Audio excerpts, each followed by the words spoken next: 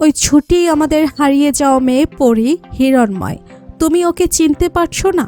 অভির হাত ধরে আদালতে ফিরেই বিস্ফোরক সত্য প্রকাশ করল বিপাশা।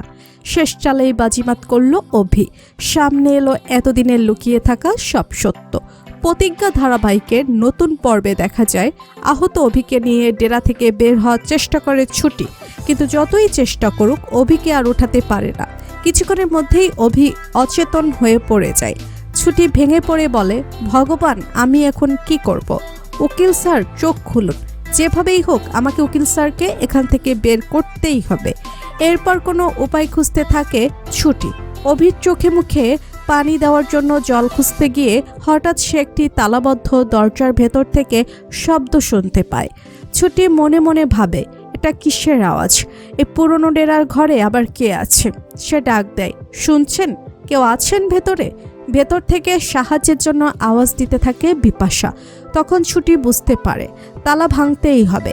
একটি ইটের টুকরো দিয়ে আঘাত করে তালা ভেঙে দরজা খুলতেই সে দেখতে পায় বিপাশা হাত পা বাঁধা অবস্থায় পড়ে আছেন। ছুটি দ্রুত বিপাশার কাছে ছুটে যায়। অনেক বছর কেটে যাওয়ায় প্রথমে সে বিপাশাকে চিনতে পারে না।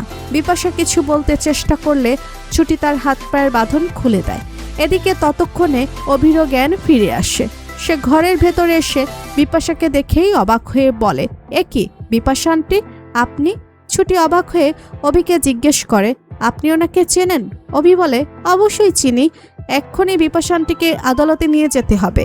এরপর অভি ও ছুটি দুজনে মিলে বিপাশাকে নিয়ে আদালতের উদ্দেশ্যে রওনা দেয়। অন্যদিকে প্রমোটার রুমাকে বলে, রুমা, ছুটি তো এখানে নেই, ও কি ডেরায় চলে গেছে?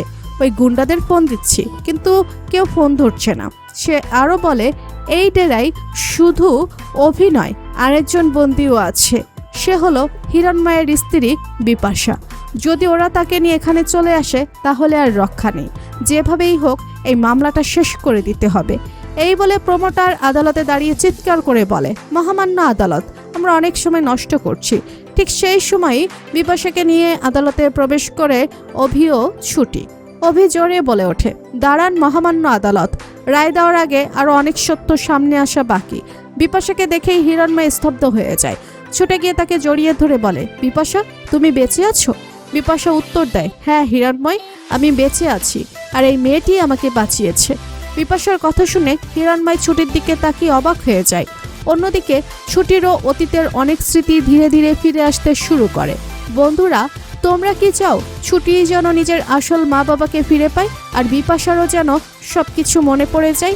হিরণময়ের সামনে যেন প্রমাণ হয়ে যায় যে ছুটি তাদের হারিয়ে যাওয়া মেয়ে পরি? তোমাদের মতামত অবশ্যই কমেন্ট করে জানিও। ভিডিওটি ভালো লাগলে লাইক, কমেন্ট, শেয়ার করুন। আর আমাদের চ্যানেলে নতুন হয়ে থাকলে চ্যানেলটি সাবস্ক্রাইব করে রাখুন, যাতে কোনো গল্পের নতুন সব আপডেট সবার আগে পৌঁছে যায় আপনাদের কাছে। ধন্যবাদ সবাইকে।